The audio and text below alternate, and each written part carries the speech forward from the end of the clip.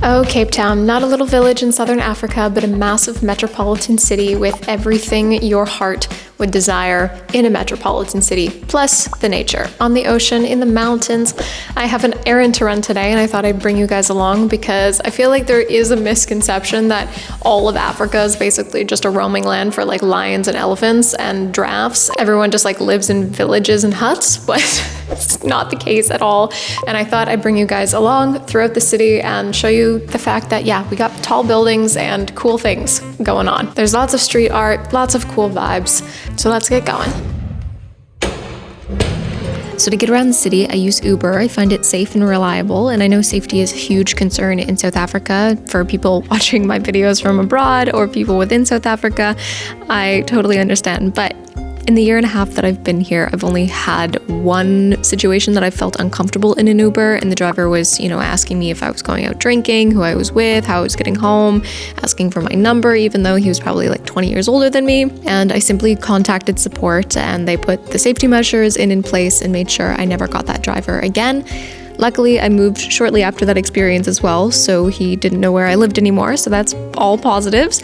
But I don't think that's a product of South Africa. I unfortunately think that's a product of being a woman in the world, pretty well anywhere in the world. So I like to emphasize that I typically have very lovely and very neutral experiences in Ubers in Cape Town. Errand complete. Just kidding.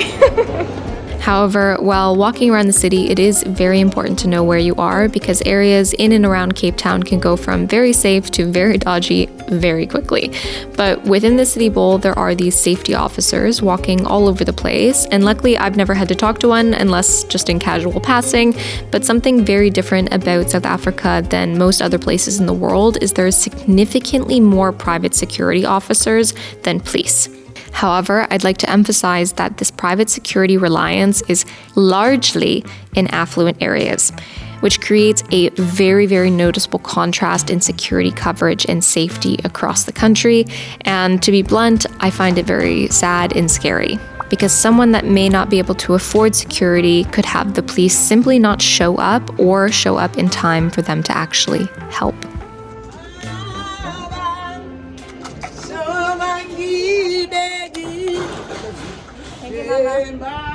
I was literally just in like the mix of the city bowl, the craziness, and then I walk like not even 30 minutes and I'm in a completely calm suburb. I can pull out my phone without stressing, and you got like super fancy, like I'm literally just looking at a guy like working on his MacBook in a totally glassed beautiful house. And literally about 15 minutes ago I saw a homeless man lugging up this cart with a bunch of found items. So yeah, a lot of contrast. And of course, like Cape Town is like such a little tiny minute version of that reality within Africa as a whole, but still a reality nonetheless.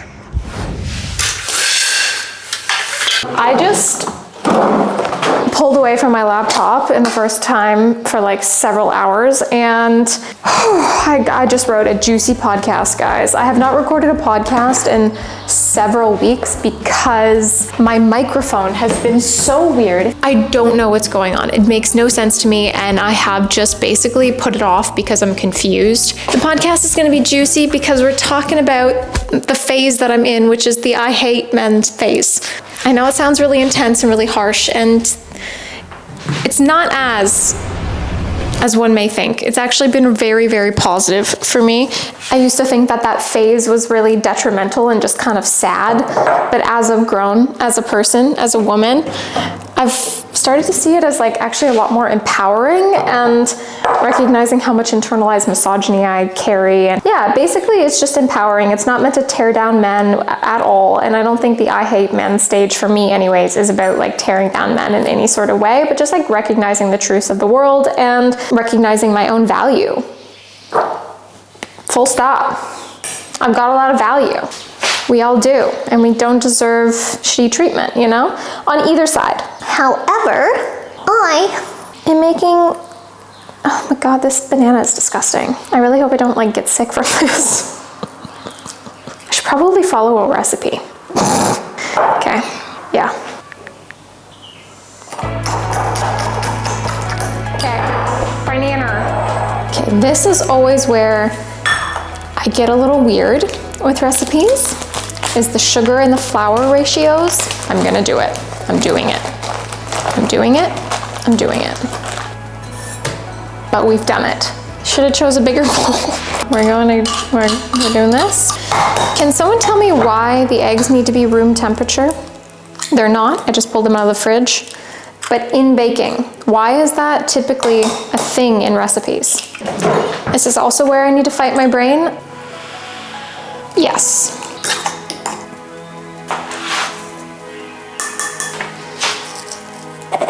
Baking powder, some cinnamon. Beep.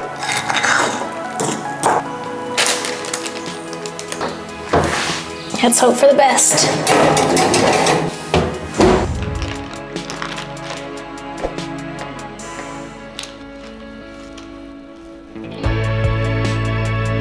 Ooh la la, I've got a date tonight. Because my I hate men era does not mean I don't go on dates. And I think like that's a funny little, maybe I don't know if it's a misconception. I feel like it might be. I don't not want to be with somebody. I just demand proper respect and acceptance and consent. All things that I offer and bring to the table, I expect in another person, but you realize it's actually a lot harder to find than you would want it to be. And so anyways, for dates, all seriousness in right now, is I will just go to a public place to meet somebody that I am meeting online, and also have pepper spray with me. I don't drink alcohol, so if I ever feel tipsy or weird, I know it's not because I've drank in too much. I'll drink tea or like soda water or something of that nature. And those are my simple little first date rules. I mean, first handful of date rules that I follow, because safety is the most important thing. Anyways, this is my fit. Wait a second. I literally have been recycling the same outfits over and over and over again just to clear brain space, and I feel comfortable and cute in this. So that's what we're going for. So I headed over to Camps Bay for this date, which is a suburb on the beach. It's a beautiful area, very touristy, however, and wealth is kind of on display, but nonetheless a lovely area to hang out and enjoy the ocean. A big thank you to Squarespace for sponsoring today's video. If you're looking for a new way to spice up your business or personal brand, then a beautiful website is a great way to do that, especially one where there's so many built-in tools.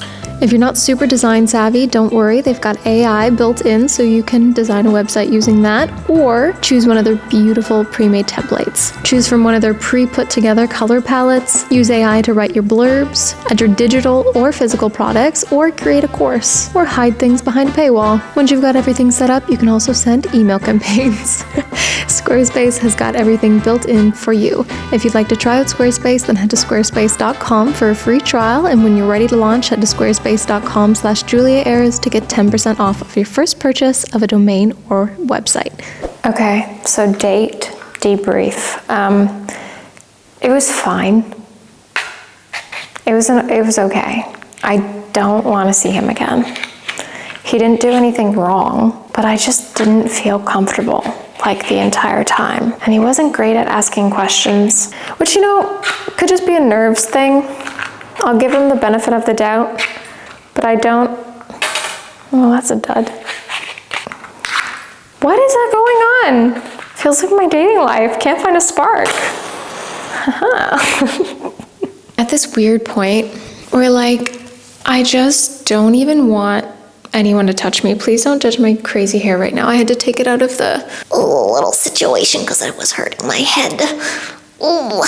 But I just like don't even want anyone to touch me. And then when like somebody like touches me like multiple times on a date where like I'm not reciprocating it, I'm kind of just like get the hint, you know? Like especially just on the first date. I don't know. Let me know if you got any tips or ideas on that, because I don't like it. Anyways, I'm gonna shower and stretch and go to bed. At the end of it, that was all I was thinking about. Like, I just wanted to be home.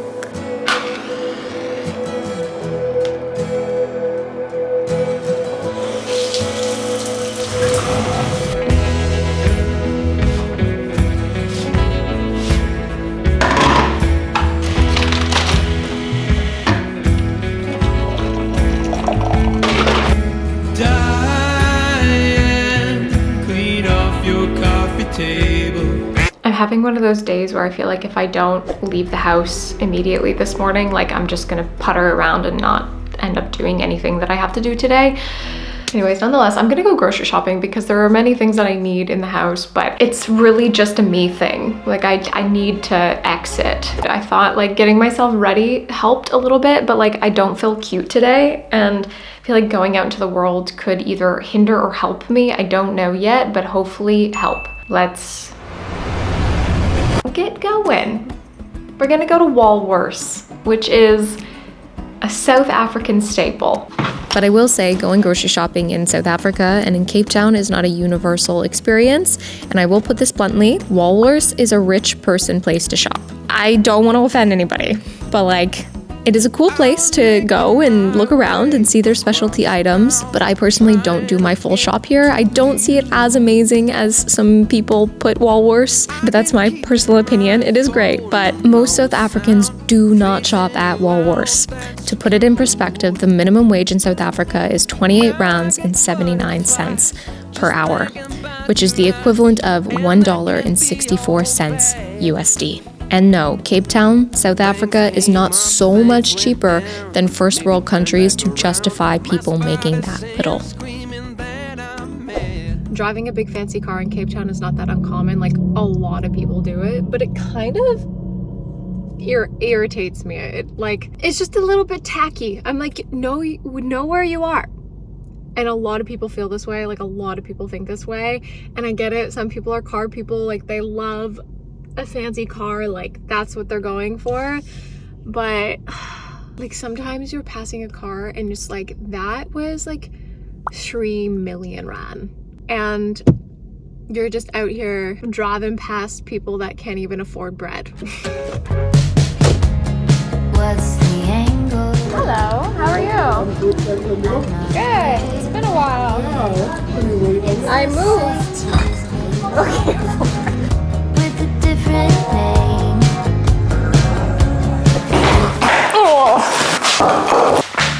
As you can tell, the grocery shopping experience here in Cape Town is very similar to everywhere else in the world. Everything is just wrapped in plastic. Like, it's so really frustrating, to be honest, because it's like there just is no other option. Anyways, apples and oranges.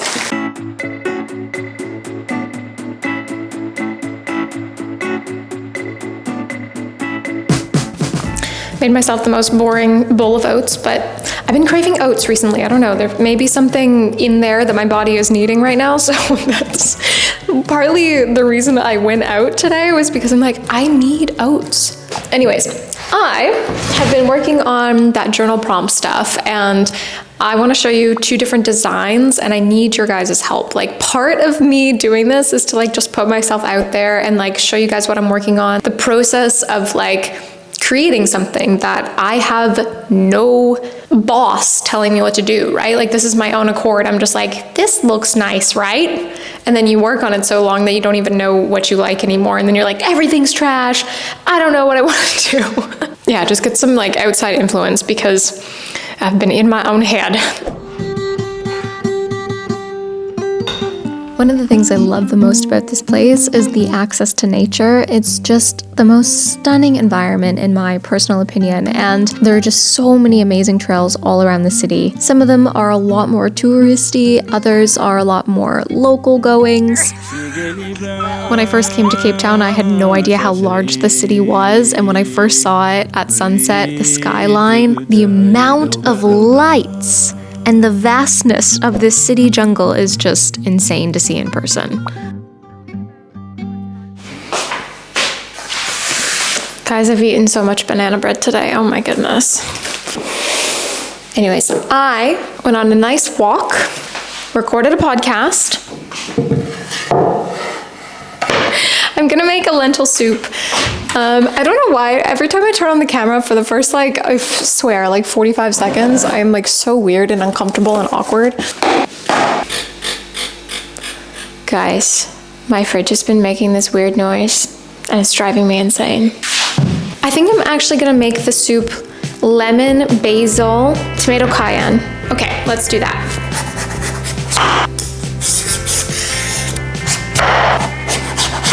Okay, so I'm gonna chunk this up somewhat roughly. It doesn't have to be perfect. Chuck it in a big pot. Add a splash of water, olive oil, and salt. Gorgeous. Put that on stove.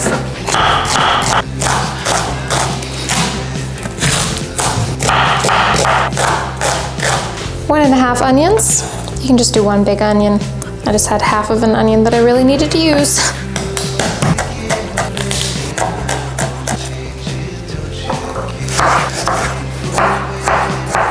Okay, I changed my mind. Please don't be a crazy person. I'm gonna take this butternut squash out of the pot because I actually want to saute my onions first.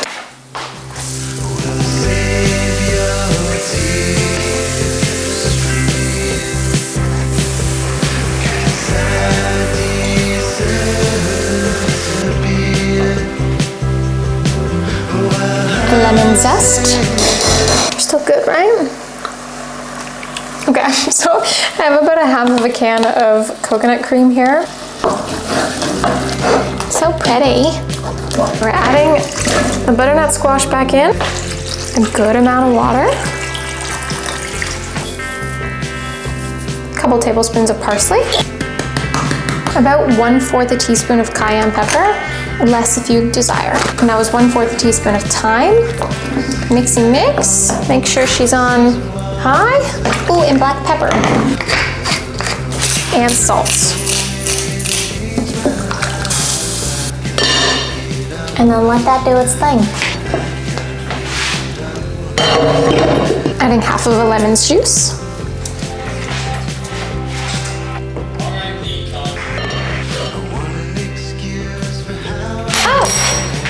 Oh my goodness. Basil. Okay, this is so good. If you have an immersion blender, it would be so delicious, smooth and creamy, but a little more hearty feel, it being chunky, and I kind of like that right now. I don't know, it seems like really warming. I also don't have an immersion blender. And if you don't have fresh basil, then add 1 tablespoon of dried basil. All right, my friends, thank you for joining me on these few average days in my life in Cape Town, South Africa. I hope to see you again very soon. And if you have any suggestions for places to visit, things that you want to learn about or know about for South Africa, just let me know, pop it down in the comments, and I hope to see you again so very soon. Lots of love.